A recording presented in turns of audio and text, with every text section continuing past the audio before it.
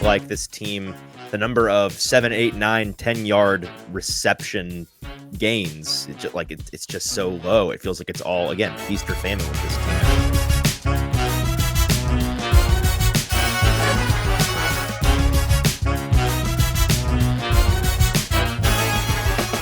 Welcome into the Hot Read podcast for Wednesday, December the 20th. I'm your host, Easton Freeze, director of published content here at BroadwaySportsMedia.com. We're also brought to you by the 440 Podcast Network.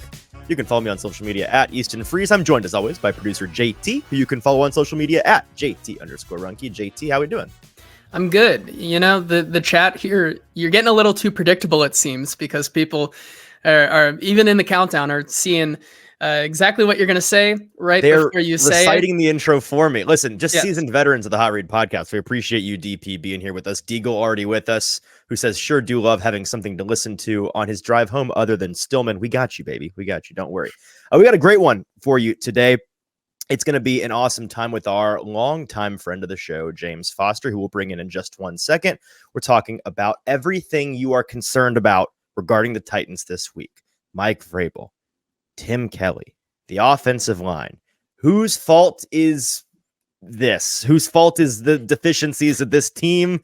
How much blame deserves to be placed where? We're going to dive into all of it, and we love your questions or comments. You can do that by heading on over to Broadway Sports Media's YouTube page. It's Broadway Sports Media on YouTube, finding this live stream, joining the comment section of that video, and that is where you can join DP and Deagle and Matt now in the comments and get your input into today's conversation. Let's go ahead and bring our guest in, JT. He is James Foster. You know him and love him if you are familiar with this show. You can follow him on social media at No Flags Films. He, of course, runs the fantastic YouTube channel AtoZFilmRoom. James, Merry Christmas. Thanks for joining the show. Merry Christmas. Thanks for having me. We are excited today to dive into all of the things that people are angry about this week. And I'm sure it will make for some interesting conversation, but we wanted to have you on because you, as I've said many times, are my most trusted source in the Nashville media market for the study of Titans tape and understanding what exactly is going on with the X's and O's of this team, something that a lot of fans and myself included, I'm certainly a novice in a lot of these categories when it comes to understand what exactly we're watching out there, especially when things are going wrong and trying to understand whose fault is what. And so we're going to dive into that today. Let's start. And by the way, we're brought to you by my Boom Boss Craft Pizza and Tap House. We'll tell you about a little bit later in the show. But let's go ahead and dive right in. And let's start with the most recent game that we saw this team play against the Houston Texans last Sunday. A lot was made about the game that Tim Kelly called offensively, and a lot has been made about what his season as a whole has looked like. What was your opinion? And I'm not sure, I haven't even asked you if you've had a chance to dive through this most recent game tape or not, but what was your opinion? I just watched it, yeah. Okay, perfect. Fresh on your mind. So what was your opinion of this game in particular? And then maybe contrasted with what his season as a whole has looked like to you so far. So I think if you remove the first down running debacle, which like we'll get into, sure, was pretty ridiculous. Outside of that, like I don't think it was that bad. I mean, I felt like receivers were open a lot more often than they had been really all season. Okay. On a consistent basis, like within the structure of the offense, not counting trick plays and stuff like that. Right. I thought he did a good job getting Treylon Burks involved. Could have had him for a touchdown easily on the interception that Will Levis threw. One of his worst plays of his NFL career. So yeah, I mean, I thought most of a lot of the passing game stuff that they were doing was pretty cool, but the running, the early down running was ridiculous. And like, one of my biggest pet peeves is after games, we go to the box score and then we find what was successful. We find the split that was successful and then what wasn't successful. And then we say, why didn't you do more of this? Right. You know, it's just kind of revisionist history, but, yes. And, you know, towards the end of the game, they did start to do some first down play action stuff more. It seemed like I wasn't charting it or anything, but The fact that it took them so long to get away from the first down runs was pretty insane to me. I was doing a stat deep dive while I was watching the game, and there have been 253 teams this year that have run on first down at least 14 times in a single game. 253 teams. The Titans had the second lowest success rate of any of those teams. All year or just in that game? Year at 12.5% for a single game. Second worst early down success rate running the ball. Unfortunately, that's really believable if you watch the game. I mean, that's not really hard to conceive. Yeah, and I mean, just eyeballing it, I would guess the one successful run would be that reverse to Traylon Burks, probably. Right. To me, you know, do you want to just get into the first down runs? So yeah, let's work inside out, and then we can talk about Tim Kelly's season as a whole. So yeah, I've got the numbers here. You know, it wasn't just that they were running on first down that a lot of fans were upset with. It was that it was pounding Derrick Henry into the wall of an offensive line, a line that can't move the line of scrimmage really at all. And he's, you know, a player that I think at this point everybody can understand has become limited in his ability. And certainly when you're not giving him a couple of steps to get going downhill, it's a problem. This year, it's not like they've used him on first down runs a ridiculous amount. Our buddy Zach Lyons at Football and Other F Words put this on Twitter today.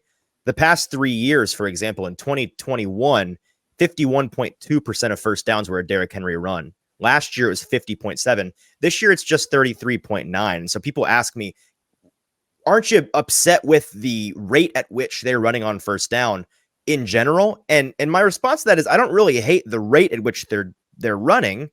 I hate the usage of the two backs, and I hate the way that they're choosing to run. Do you disagree with that? So there's several different layers to that. Right. So it's hard to find first down run rates. I'm not exactly sure how reliable these are, but it was the first link that popped up on Google, and it has the Titans at 17th in the NFL in first down run percentage. Right. It says it's 33.5%, which seems low. That's why I'm kind of like distrusting of it. But you know, there's one stat out there that says they're kind of like middle of the road in first down run percentage. Right. So that's the first element. The second element of it is that I think, and I've had to do this, we need to evolve our opinion of running the football versus passing the football as the landscape of the league changes. I think 4 to 5 years ago, it was objectively a bad philosophy to, you know, have this idea of like establishing the run on early downs and that sort of thing. But with how much too high teams are playing, you know, the most efficient offenses in the NFL are the best rushing offenses. So the idea of having an efficient running game, and especially for a team like the Titans that aren't necessarily going to have that play-by-play success rate that you want for a great offense, like they do need to stay ahead of the sticks. And first down passes, they seem more appealing because that's just the other option. But right. Like I just watched Jalen Duncan for an hour and a half, and like I didn't come away from that game saying, I mean, I came away from it saying they need to stop running on first down so much, but then the alternative is passing on first down. I don't feel great about that either. Maybe they should just skip first downs. Can we just not run first down plays? Is that possible? Yeah. Can we just like compromise and take like 2 yards maybe? I don't know. Right. Just buy a vowel. Yeah. So I think philosophically, like I've changed a little bit over recent years in terms of running the football versus passing the football. There's the Derrick Henry element of it. I think he's definitely lost a step. But I do think that that's a separate conversation from what I've seen the last 2 weeks, really. Okay. I'm almost never a running back vision critique guy, but there have just been some obvious misreads, like 3 or 4 per game the last 2 weeks, where he's running himself into traffic. And even the decisions that he is making are so indecisive, and the movements are so clunky as he's, picking his gap. I've noticed that as well. To me, what's really concerning to me. Can I ask one thing on that? Because I've noticed this as well. I wonder do you get the sense that he's pressing out there because he's having to run behind such a poor offensive line, or maybe he's pressing because he feels himself losing that step, or is it just a couple bad weeks, just variance? I would guess it's one of those two, but yeah, I think the first option I think is probably most likely, although like the thing is, vision, you would think is probably the last thing to go for a running back. So, and he's not had an issue with poor vision much. No, in his career. Vision has been like one of his best traits over his career. So I think that was a factor, but that was really a factor for like 2 or 3 plays in the Texans game. The thing with Derrick Henry versus Tyjae Spears, I don't think Tyjae Spears or Christian McCaffrey was going to have success with how a lot of these runs were blocked. I mean, I was just writing down notes of, reasons that the first down runs weren't successful. You've got Peter Skoronski getting blown into the backfield, tackle for loss. Dylan Radins doesn't pick up a slant.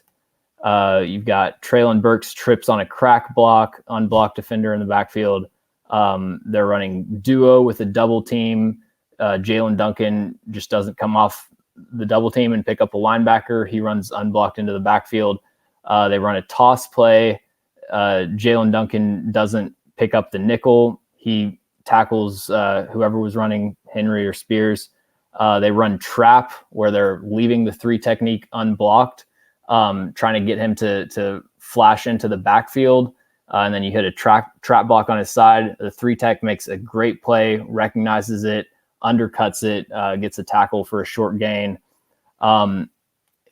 So there's a handful of plays, as it is like with most times that you have a poor offensive outing. I'm sure the fire everyone crowd is tired of hearing it, but a lot of it does come down to execution. With that being said, there are some Tim Kelly complaints that I had. Okay. I thought there was a first down slip screen where they had all the routes developing away from the linebackers that you're trying to manipulate and get to sync. And so there's really nothing influencing them to get any depth, and they just, sit by the line of scrimmage. Also on that play, though, only one blocker leaked out, so it wasn't going to be executed well regardless. I thought towards the third quarter, the Texans had been running so many slants with their defensive line where they're changing gaps post snap. And that basically, unless you just have a masterful offensive line, that pretty much screws up outside zone. Because outside zone, you want everybody flowing in the same direction, flowing with those lateral steps. So I think the decision to run a couple outside zone runs on first down in the third quarter was a bad decision from Tim Kelly. And then to me, the Wildcat runs were just egregious. It's like doing the Steph Curry thing where you turn around after you shoot the 3, but you're 0 for 12 on the game. It's wild confidence that's not warranted whatsoever. Yeah. You already know we're going to run it on first down. Why don't we just make it from like you being 90% sure to you being 100% sure by I'm about to say it's 1 degree Wildcat. of separation from holding up a sign on the sideline that says run, right? I mean, it's so odd. So I want to try to whittle down the why here, because like you said, I think it was a there were some poor elements of the game that was called by Kelly. Certainly a lot of poor execution. A lot of folks are talking about, well, is the boneheadedness with first down running, the refusal to go away from it when it's clearly not working, is that an element of this team knows they simply have to establish the run in order to be functional on offense? Because in my mind, this team is so poor protecting the passer when they do try to pass. It's bad enough when the defense doesn't know whether they're going to run or pass. If they just abandon the run entirely, it'll be punts every single drive without question. You won't have to watch the game to know what happened. I mean, it's so, and that's why all of your problems point back to the offensive line. I think we can agree on that. Like, this offensive line was dramatically better, a lot of these problems would be solved. But what is it about their insistence on continuing to run the ball in early downs? Do you think that that's a Vrabel thing? Is he in Kelly's ear saying, like, this is the way we're going to do it? And you see more of a Vrabel influence than a Kelly influence? Maybe we can take the conversation in that direction, because I know that you've studied Kelly pre-Titans. Now you've seen what he's done with the Titans. Is there a common thread there? Yeah, I'd have to go back and look at like early down run rates for when he was in Houston. As far as like how much of it's a Vrabel influence versus a Kelly influence, I mean, there's people on Twitter that know way more than me about all the intricacies of that. They think they know. But I think one thing philosophically that I disagree with the Vrabel brain trust about, we'll just say, is the idea that you have to run successfully to set up play action. Like, I get the sense that's something that he thinks, right. Which I think is true at like a minimal sense. Like, I don't think if the Commanders came out and ran play action every snap, that would really fool anyone. Because, you know, they're passing, or at least at one point they were passing more than any NFL team had ever. Right. You know, so like on the extremes, you know, there does have to be some believable threat of running the football, but just the Titans' reputation and the fact that they don't really do anything else well is enough to where, like, going into the week, stopping Derrick Henry is still the main thing on every team's mind. Like, that's what the linebackers are thinking about Saturday night before the game. So it's like, you don't, having one more successful 5-yard run on first down isn't going to make that next play action concept that you're going to call any more successful. Right. So yeah, you know, it's hard to psychoanalyze them and figure out what the thought process was there. But play action on first down would be something that I would be just like spamming a lot more often than they do. So we can take the conversation a little bit more broadly here, or we can talk about the offensive line some more. Here's another statistic that was being talked about by our buddy Zach Lyons on Twitter today about how wildly bad the Titans offensive line is this year. 483 dropbacks for this offense on the season. 50 of those have resulted in a sack. 60 have resulted in a quarterback hit, which means that the Titans quarterback, between Ryan Tannehill and Will Levis, is being hit or sacked every 4.39 dropbacks, which you don't have to be an expert to know that's non-starter. You can't function like that. And it's playing out that way on Sundays. And yet somehow the Titans still have the 13th highest pass block win rate, according to ESPN. What a bogus stat. Yeah, it's stuff like that makes you question those numbers. I don't know. Do you want to, the one guy in the offensive line I have the biggest question about right now, maybe we can take it in this direction.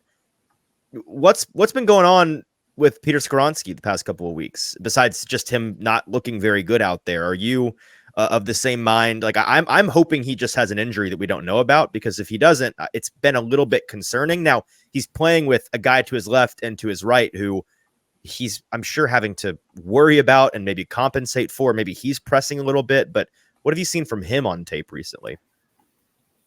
Yeah, there have been a handful of reps, I would say, with Peter Skoronski where he just kind of gets overpowered. He had the one play, I don't know if they like charted him as giving up a sack, but there was one where he tripped on Aaron Brewer that, it isn't really that bad of a rep, but he just got tossed aside for a sack later in the game.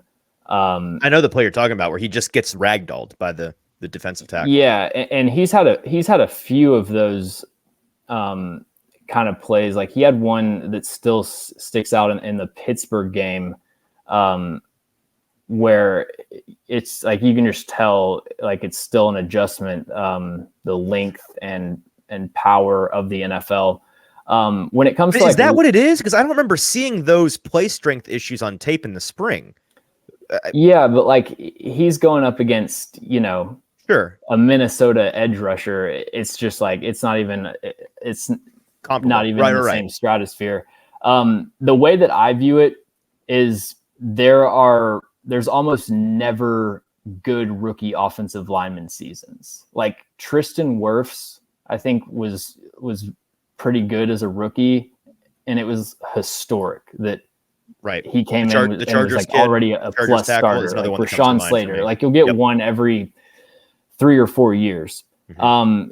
The way that I look at it, really for all rookies, but especially for offensive linemen, is that year one, you want to at least see the high end flashes and them being able to look like they belong in the NFL. Right. And to me, year two is the first time that the clock starts ticking where I would ever get concerned or like, have any sort of long-term, negative outlook for a player.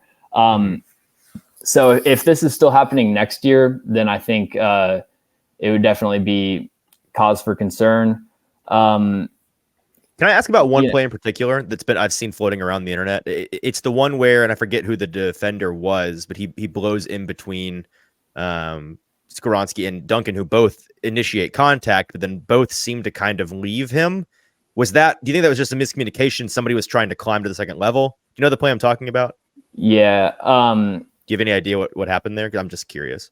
Yeah, I'm 90% sure that was on Duncan. You're talking about where the defensive lineman just basically splits the double team, like back up in their own. And then Skoronski just moves on to the second level, essentially. Right. It looks like he's intentionally trying to move to the next level, and maybe Duncan thought that wasn't going to happen. I don't know what happened there. Yeah, I just found that play. It's like, when I watch it, I think miscommunication for sure on someone's end. But at the same time, it's like Duncan, as they split, Duncan is already moving to the left as Skoronski is moving to the guy after him. And it's like, they forgot about the guy they initially contacted with. The other thing is Jalen Duncan is one of the least assignment secure offensive linemen that I've watched this year. Like he consistently does not know when to come off blocks, when to climb.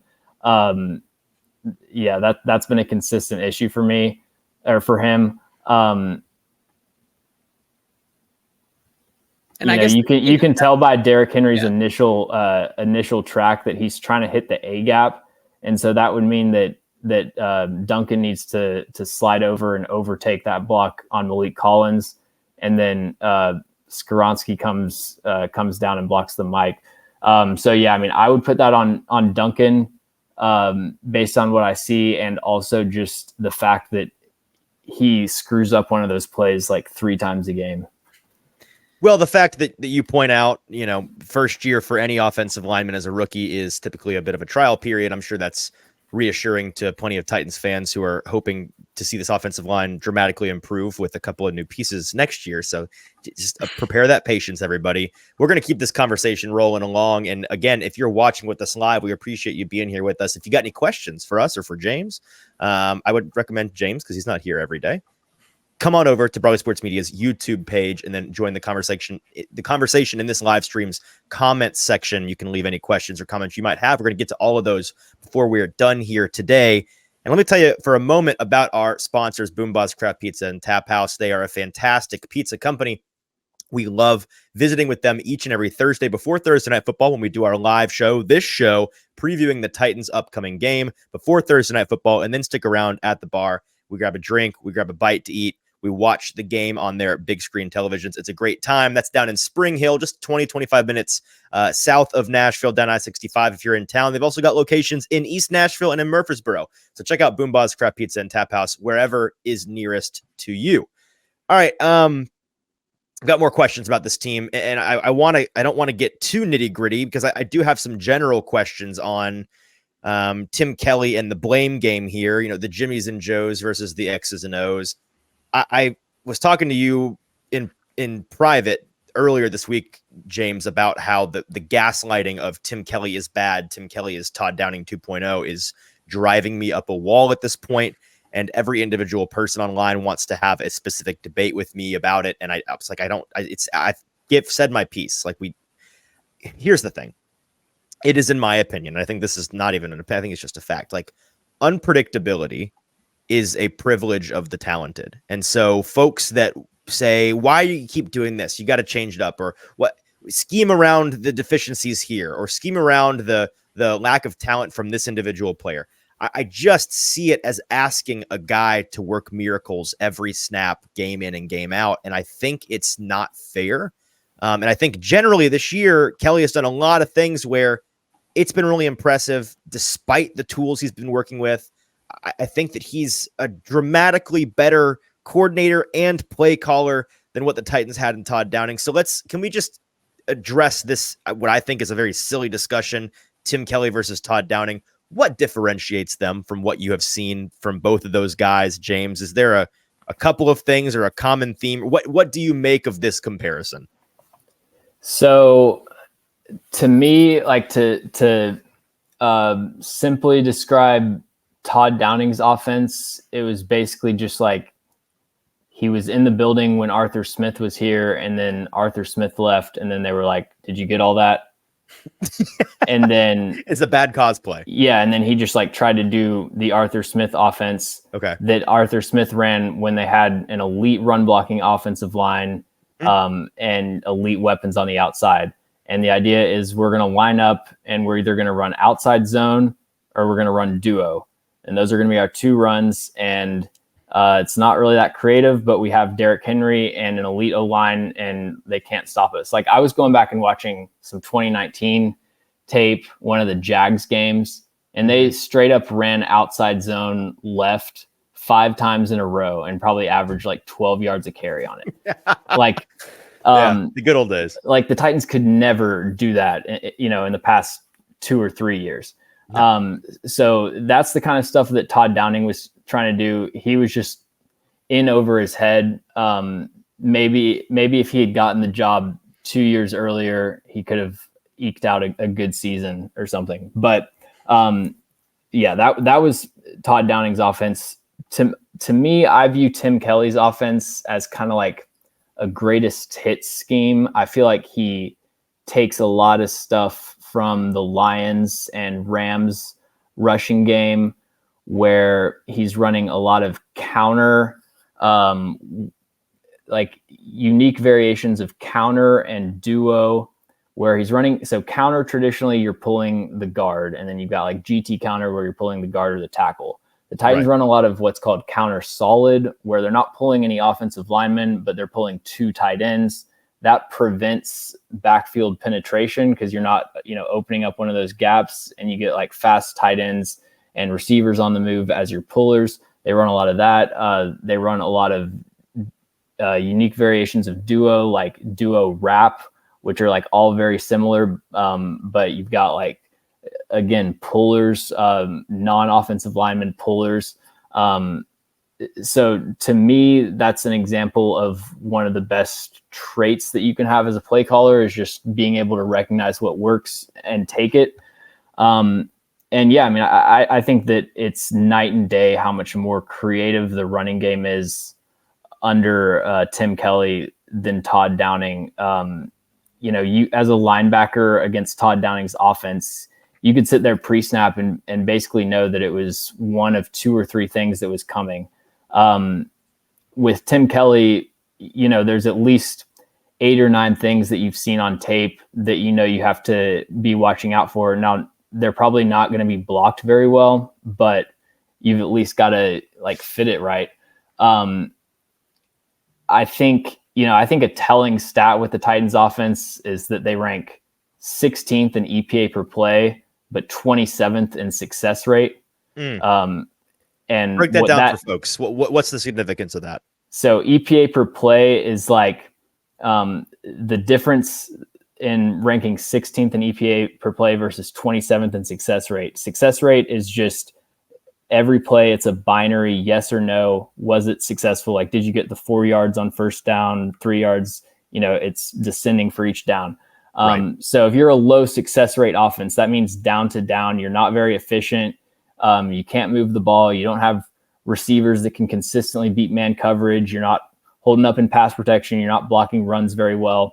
But if you rank high in EPA per play, that means you're getting a ton of explosive plays that are outweighing all those other snaps that are unsuccessful.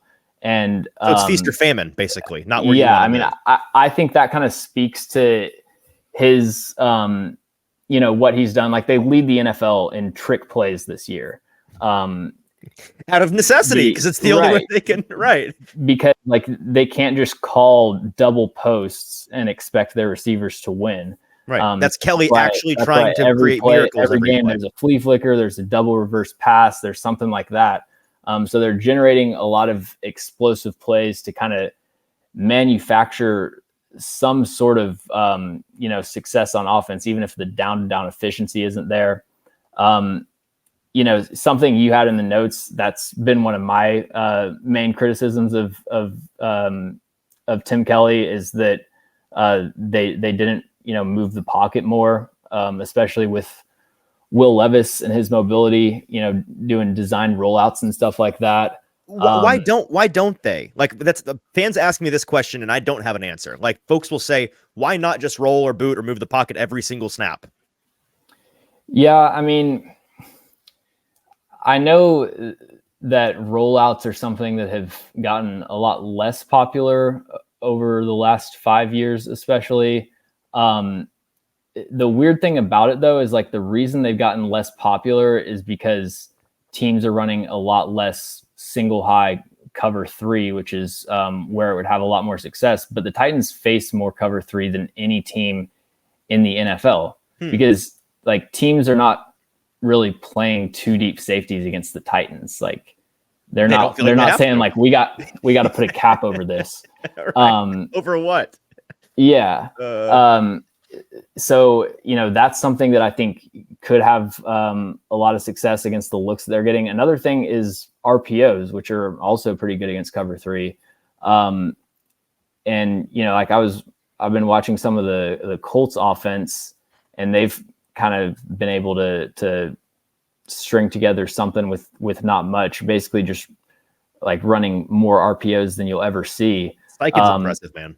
And I think that I would say even more so than rollouts are a great way to kind of minimize bad pass protection, because even with rollouts, I saw a stat a couple years ago where quarterbacks still get hit on a higher percentage of rollouts than they do on traditional dropbacks. I don't know if that's still true. But RPOs, you're able to kind of basically ignore some pass protection to an extent. I think guys like DeAndre Hopkins and Chris Moore even can be successful on those types of routes. I get it that you can't just install everything, but RPOs probably would have been something that I leaned towards if I was designing the Titans offense. I want to ask you about in-game adjustments and the Titans' apparent lack of ability to do so. But one last call for folks that are with us live. If you want to ask a question or have a comment on the Titans or what we're discussing today, join us on Broadway Sports Media's YouTube page. This live stream on that YouTube channel is where you're going to find this comment section, and you can leave your thoughts there like many others already have. And while you're there, give us a subscription. It's free to you. It's very helpful to us. Try and get that number up as much as possible. So thank you very much for subscribing. James, one of the biggest issues that folks have with this team's offensive performance is in games like last Sunday, they come out and for the first drive and a half, 2 drives, they look like they've got their act together. And then they just bang their head into the wall the rest of the game. And when the opponent seems to adjust what they're doing, they don't have a counterpunch. Is it fair to wonder if this team just isn't good enough to make adjustments? Do you have to have a certain threshold of like, these guys have to be good enough to adjust to what's happening on the fly, and some of these guys just aren't? Or is that more of a coaching issue in your opinion?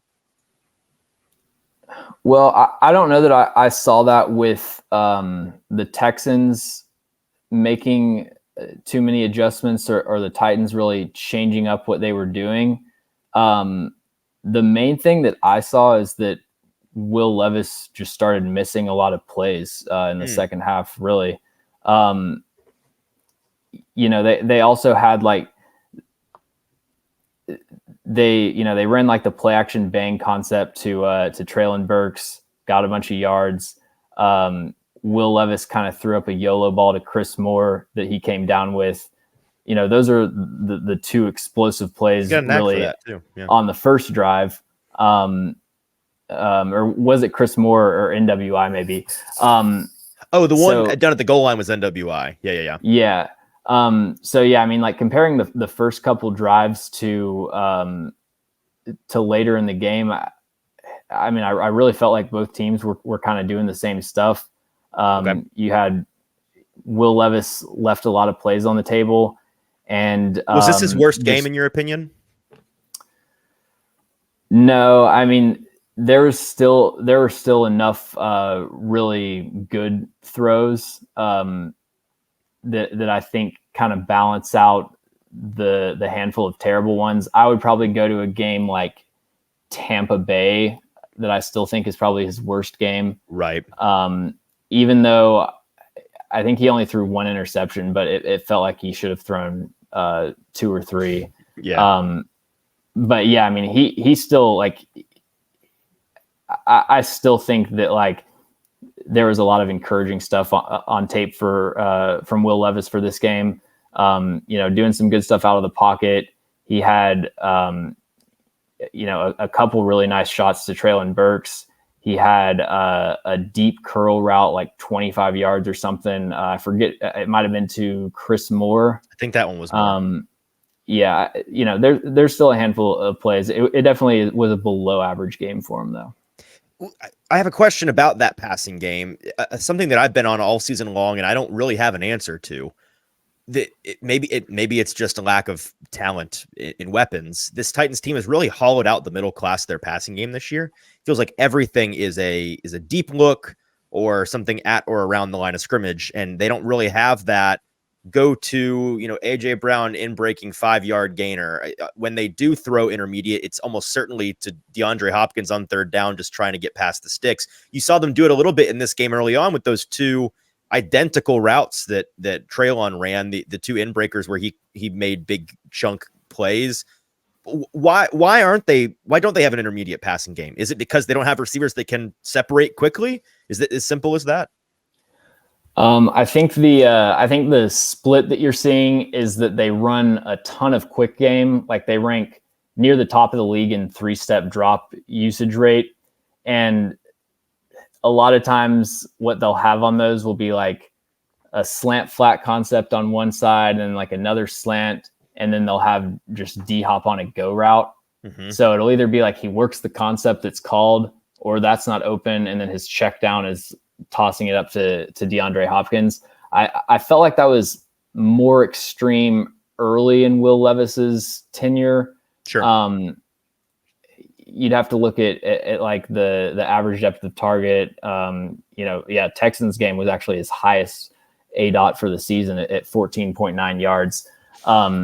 But yeah, it started out like his first 3 games, average depth of target were all above 10 yards.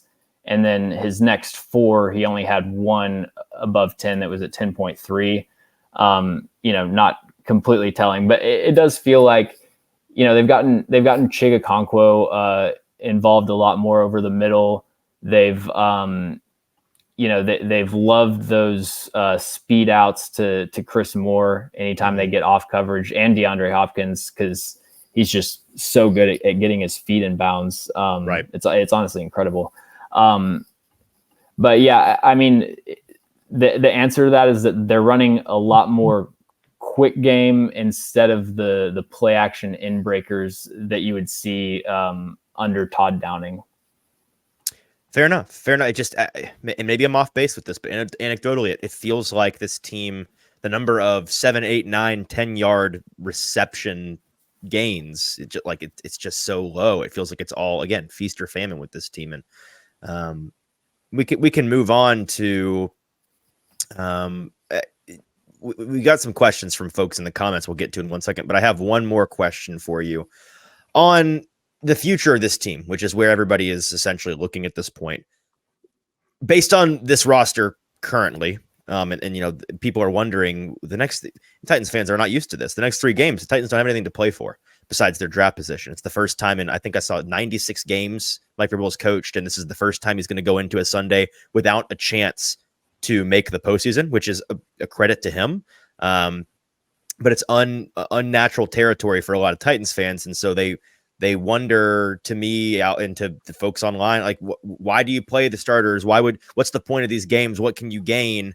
I think that it is going to be critical to figure out who should and shouldn't be a part of the future of this team. Who, based on what we've seen so far, to you, James, is going to be most critical to the future success of this team? Besides Will Levis, obviously. So is the question, like, who do I think will be a part of the team, or who are the guys that you think are the cornerstones going forward, and the success of the team is largely going to be predicated on their success? Okay. So guys that I feel like there's above a 50% chance that they are like key players the next time the Titans make the playoffs. I'll say that. That's what I'm essentially trying to get at. I think Peter Skoronski, I still feel relatively confident about him. Will Levis, Tyjae Spears, Roger McCreary, I think, has had a great season. I haven't watched the defense tape from this game, so don't know what happened there. But I honestly, watching the game live, after the Titans went up 13-0, I fell asleep, and then I woke up to them losing. So, yeah. It's tough. That's a tough one. Along those lines, Sean Murphy Bunting, yay or nay on him? I think it's like, he's a boom bust cornerback too. I don't view cornerback as this pressing need that they have to address in the draft, because there's so many like cornerback twos. Whoa! The James Foster I know said he would draft 3 corners every single time he went to the podium. What's going on? Not with this offense. Offense. Okay. No. Further down. So yeah, I mean, I would be cool with bringing Sean Murphy Bunting back, but I think you definitely add something else besides Trey Avery that could step in. And I mean, you still need another starting outside corner. So like, yeah, I don't think he's made himself a ton of money this year. And sure. I would be cool with bringing him back. So yeah, Roger McCreary. I think Chigakonkwo, as like, I'm confident that he's gotten over the drops. Honestly, he's played really well after that. I think it was just had a couple really nice catches in this past game that I was genuinely shocked he caught the ball. Yeah, and I mean, I'm getting less and less shocked when he catches the ball. Sure, right. As of recent, but yeah, I mean, I think unfortunate timing to have that, and I guess you never know when that pops up again, maybe. But I feel like the worst case scenario with Chig has been avoided. So even though he's not a do-it-all tight end, he's at least a weapon. Obviously Dylan Radins. Just kidding. I hate that you had to stipulate that was a joke. Yeah, that should be obvious. And then outside of that, I would say Jeffrey Simmons and probably Amani Hooker. Harold Landry also, because he's on that contract. Yeah, maybe. yeah, Harold Landry. Do you think bringing Autry back is a viable option? I mean, his age is one thing, but the production, it shocks me how much juice he has left. Yeah, I mean, I don't think he would be too expensive. At the age, I don't think he would either. Yeah, I mean, there's no way that what's he getting right now? Like 9 million or something? JT, let's find the answer to that, because I have no idea. That sounds. I wonder. Right. That'll be interesting to see if what he's done over the course of his contract is enough to make up for the 3 or 4 years of age that he's added. Right. So yeah, he's getting 7 million a year right now. Okay, that's honestly, I guess, with cap inflation, like 8 to 10 maybe. I don't know. Once you get to 10, that's kind of pushing it with me. Because he's what, 32, 33 years old? Yeah, and even though he's getting the sacks, I feel like it still has been a step down from last year. I don't even know how many sacks he had last year, but like that was as good as I've ever seen him play from just down to down pass rush. Sure. Perspective. Let me kind of flip the question. Sorry, no, go ahead and finish up, and then I have yeah. I mean, I would say 8.5 for Danico Autry would be my limit. Okay. Let me kind of flip the question on its head, and then I promise we will get to these questions in the comment section. Besides Peter Skoronski, the rest of the line, I think you need to kind of figure out something new at every position. How would you rank the order of importance going into this offseason? Like, besides left guard, you've got 4 positions you would like to upgrade. Rank those based on the guys. Like, who, if you got to stick with one guy or 2 guys going into next year, who are you fine sticking with in order to replace the other ones, if that makes sense? Yeah, so to me, left tackle and right tackle are, I mean, like by far the biggest needs. If you had bookend tackles, could you work with the current interior offensive line? Like, could this work if you had bookend tackles? Yeah. I mean, Daniel Brunskill, Aaron Brewer, rookie Peter Skoronski are all players that I don't think would be that noticeable on a top 10 to 12 offensive line. Now, I think even if let's say you spend round 1, round 2 picks on both tackles, and they might end up being, great tackles of the future. As we've seen with Peter Skoronski, that doesn't mean they're going to be good tackles, good offensive linemen in their rookie years. So, for next year, I think center and guard are 2 positions that I would be looking to find options in free agency. Yep. Like there's a lot of centers that I like in this class, but I wouldn't draft any of them on, before the 5th round, really. Okay. And same thing with right guard. Like that's a position that you can kind of stitch together in the off season. Tackle is not really something unless you get insanely lucky. Yeah, absolutely. All right, let's dive into some of these questions from the comments, and then we'll get on out of here. In order here, Kenneth, longtime viewer of the show, appreciate you being here, Kenneth. He asks, very curious if James, he's asking the 10,000-foot question here. James says the blame goes more to Vrabel and Kelly, or the Christmas ghost of J-Rob passed. This is a very binary question and not really your style. I know, James, but if you had to assign more blame to what John Robinson did for the construction of this team, or what Vrabel and Kelly are doing from a operating it now standpoint, who is it? Is it still that this team has just been set up for so long to fail that you have to blame the past? Well, I think that, so the first thing that I would say is that, any defense or more like lack of criticism that I would have of Vrabel as a coach doesn't extend to Vrabel as a general manager. In fact, something I think the Titans should do this offseason is hire Rand Carthon as GM. The whole like idea that, right? Yeah, the whole idea of like the head coach that's also gonna James, they're be in collaborating, charge buddy. of personnel. They're just collaborating. I'm not in favor of that.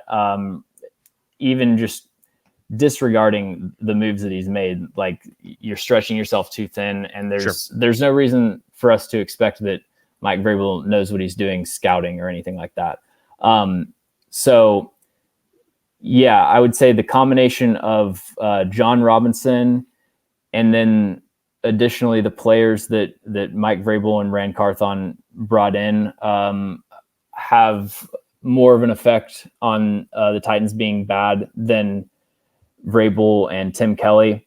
But that's really not a whole lot to do specifically with the Titans coaches, because outside of extreme examples, like probably one or two per season, I'm almost always going to lean towards personnel over coaching. Number one, because I think it's more important.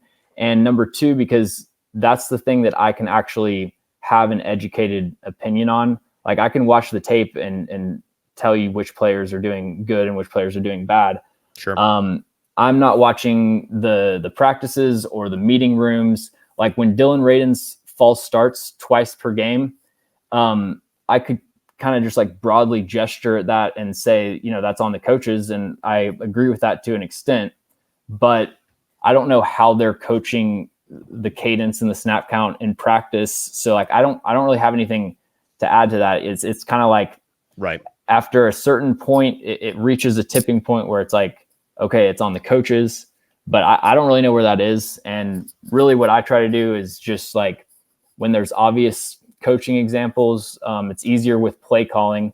It's hard. Right. It's really hard to criticize a head coach that doesn't call plays, because there's not a whole lot of concrete stuff that I have to really go off of. So, yeah. But even aside from that, though, I do think that it's just in general, football is a lot more about having good players.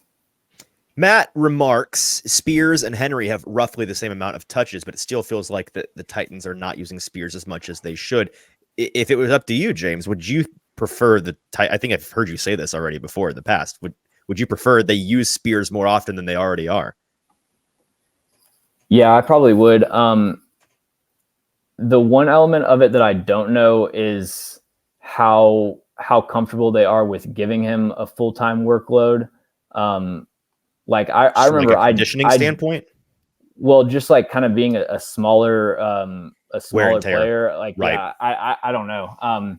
I think even if they don't re-sign Derrick Henry, let's say they let Derrick Henry walk, I think you're still going to get like a David Montgomery, Jahmyr Gibbs type of situation next year. Yeah, would be my guess. Somebody. Like, yeah. I don't imagine them just giving Tyjae Spears 25 carries a game plus the receiving touches. So I would probably have, I guess the biggest thing for me, what they've been doing outside of the times where Derrick Henry's come out is that it's basically Derrick Henry's the early down back, Tyjae Spears is the third down back. And so Spears isn't really getting many of those under center carries on like outside zone and stuff. He's getting most of his carries out of shotgun. So I would like probably take 20% of the under center early down work that Derrick Henry's getting and give it to Tyjae Spears. That would probably, at this point, like it doesn't really matter. At this point, I guess give Tyjae Spears all the carries. Like you said, whoever's back there, it's not going to change the fact that they can't run the ball. But if we're starting the season over and like how I would ideally plan it, I still think like Derrick Henry is a good running back, even with the step that he's lost and the fact that he, doesn't really like fight through arm tackles as well as he did. He's still, a really effective running back relative to the rest of the league. So you're saying that the current situation he's in is making him look worse than he actually is at this point, you think? Well, I think the last two games have been his two of the worst games that I've seen from him. Sure. I was filling out an all-pro roster, and like I had Derrick Henry as an all-pro before the Dolphins game. And then like these last 2 games, I was like, ooh, probably not. But yeah, I mean, I think overall he's been really good this year. Recency bias though. Sure. All right. Tighten Up asks, this is an opinion of his. Get your opinion on his opinion. Got to bring back more fullback work. If Derrick Henry is your number 1 back, he needs a head of steam, and a fullback helps him get to the line of scrimmage with momentum. The Titans have been supplementing the lack of an actual fullback by title with tight end usage. I don't think that's really the issue here. I mean, having a guy lined back at fullback, the position on the field, maybe helps some, but I think the fullback would just be running into the same wall that Derrick is running into. Am I wrong about that? Yeah, they use Chig Okonkwo as a fullback pretty often. That's one of the things that Tim Kelly does a lot with his running game, is having tight ends in the backfield that can sift across in different directions. And that's really where Chig is at his best as a blocker. I did just did a Titans Tiers episode on the YouTube channel, and I showed a play that was an example of why you can't run 11 personnel with Chig as your 1 tight end. And it's just him like an inline tight end getting blown off the line of scrimmage, tackle for loss. And it's like, that's why Josh Wiley will always exist. That's why there will always be a Trayvon Wesco. There will always be a Jeff Swaim. When you get rid of him, they'll bring in Trayvon Wesco. Kevin when you get Rader, rid of him, bring him in. Yep. Yeah, they'll bring in another guy that everyone will hate. But when you get him like, as a fullback and having blocking linebackers and DBs, he's actually, a pretty effective blocker. And then that way you don't have to waste a roster spot on a fullback that doesn't do anything else besides block. Tim Lee with a sharp question. He says the Titans 2019 bread and butter used to be hitting A.J. Brown on play action on a Yankee concept for chunk plays. Why do you think that we aren't seeing that as much anymore? Is it Levis accuracy, a muted run threat, wide receivers on this roster just simply not being able to pull it off? What do you think is the reason why this is kind of along the same lines of that hollowed out middle class of the passing game? Is it the receiving talent? Yeah, I mean, I feel like that's been something that I've been wanting them to get back more to really since 2019. Because that was just such a cheat code play. Yep. I think a few elements. The first one is that teams aren't giving as many favorable looks to that kind of play as they were in 2019. Like 2019 was it's like scissors hitting the seam of the wrapping paper for that kind of offense. If you go back and watch like the Raiders game from 2019, they're still playing cover 3 with like the deep middle safety 20-25 yards off the line of scrimmage, and like they're just leaving, and then the linebackers are fully biting on the play action. They're leaving so much space over the middle of the field. You can just run anything there. Like they didn't even probably need AJ Brown. They could have had like anyone running those end breakers and it would have been open. And after people like Shanahan, McVay, Arthur Smith, pretty much half the league started just spamming that. And then the whole like too high quarters revolution came, and teams realized that, biting on play action isn't the smartest way to play defense.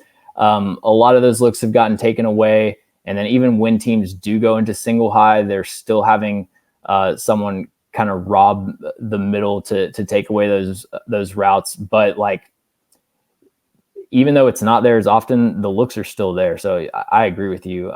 And they got back to it with hitting Traylon a couple of times in this past game. But like, that's something that Will Levis executed a lot at Kentucky, and there's no reason that he couldn't do that at the NFL level. Shane Franklin in the comments asks if this is it for Henry, or if this is, I think, okay, I'm going to translate this. If this is it for Henry, what type of back replaces him, in your opinion? Or what type of back would you like to see replace him? Again, we kind of already touched on this. You think it's going to be a 2-back system regardless, but maybe to spin the question a little bit, would you prefer to see them get another guy similar to Spears if it is Henry's final season as a Titan to be a 1-2 punch of similar style, or would you rather them go a little bit like Tony Pollard, Zeke, Cowboys end of the run with Zeke, where you've got a goal line short yardage back and maybe you keep Henry in that role and let Spears handle the rest? What would you prefer they do? So I would prefer that you keep it a similar role distribution where you've got Tyjae Spears is in there for every passing down. And then I just think Tyjae Spears is a good enough player that I still want him in there on early downs, but like for rest purposes and, longevity, you're not giving him every single snap.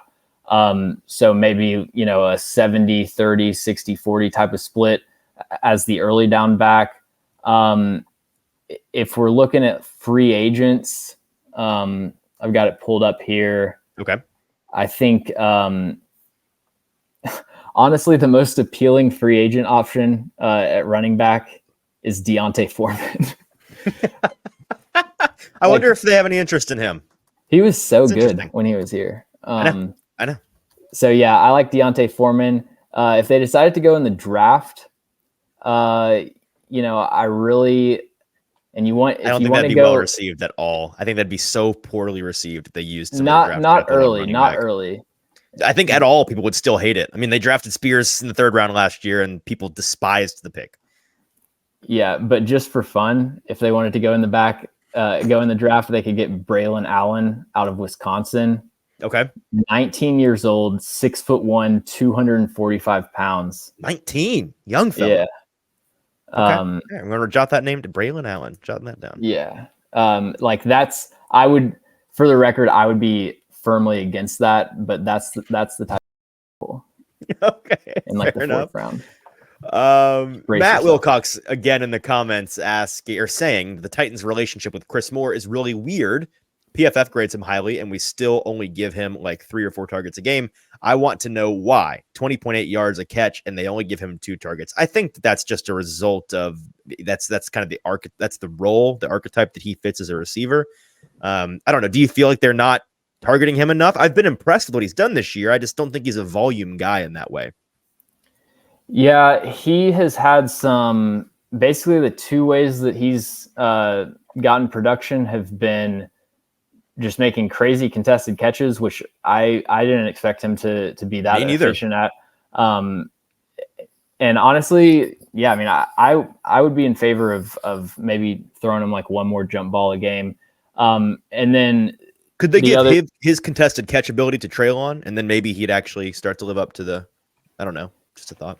Maybe, I don't know. Anyways, and then the other way he gets the ball is on like out routes against off coverage, which, the defense has to give you those looks. I think the way that the Panthers were playing the Titans, for example, where they were just playing so far off, I think is like the blueprint of what not to do against the Titans, because that's the one look. That's the one look that they kind of know how to beat. They've got out route against off coverage down. Beating press man, that's where they really struggle. DP putting you on the spot here, saying, James, you mentioned it right when he was about to ask. Do you know what percentage of runs from this Titans team are RPOs? It seems like they're never called, or if it is called, it's always a give. It's okay if you can't get to that number quickly, but it is a question that we have for you. So I can tell you that the Titans have thrown 13 RPOs this year. Okay. All year. Yeah, 13 RPOs. It's tough. And then as far as runs, there have been actually more than I expected. 52 runs this year have been RPOs. So yeah, 13 plus 52, 65 RPOs on the year. And they are giving it about 20 to 15% of the time. Okay. There you go, DP. There are your numbers you requested. Couple more before we get out of here. Tim saying, shouldn't facing the highest percentage of cover 3 mean that we really should hammer play action? Seems like defenses love having sound run fits, then getting beat deep. But the Titans love running into a brick wall. Someone would have to check the play action rate. It does seem like they run a good deal of play action, but like I said earlier in the on this show, something I disagree with, or I think I disagree with Mike Vrabel, is the idea that you have to establish the run a lot before you can call play action. Right. Like just based off of just reputation alone, they can get people to bite off of play action. Not even that they're a good rushing offense, just that they run the ball a lot. Right. So yeah, play action, motion, motion's a little bit different. Don't have to get into all the details, but like those are two things that generally I'm just almost always in favor of upping the usage rate for. And finally, Josh has a question that makes me not like Josh very much. I hate that we're having to end on this note because it just makes me sad. But he says, with a funny profile picture of Peter Skoronski, he feels like Kyle Phillips could help with the intermediate passing game. You and me both, man.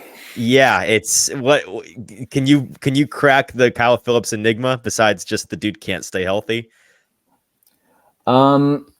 Yeah, I actually went back and watched some of Colton Dowell's special teams reps just to see what all the hullabaloo was about. Yeah.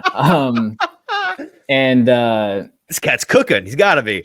I watched a couple games, and like they were the ones that PFF said were his highest graded games. Sure. I didn't see it, but like I didn't see the plays that they were seeing, but I've seen people say that he was like doing good stuff. So I think I missed something.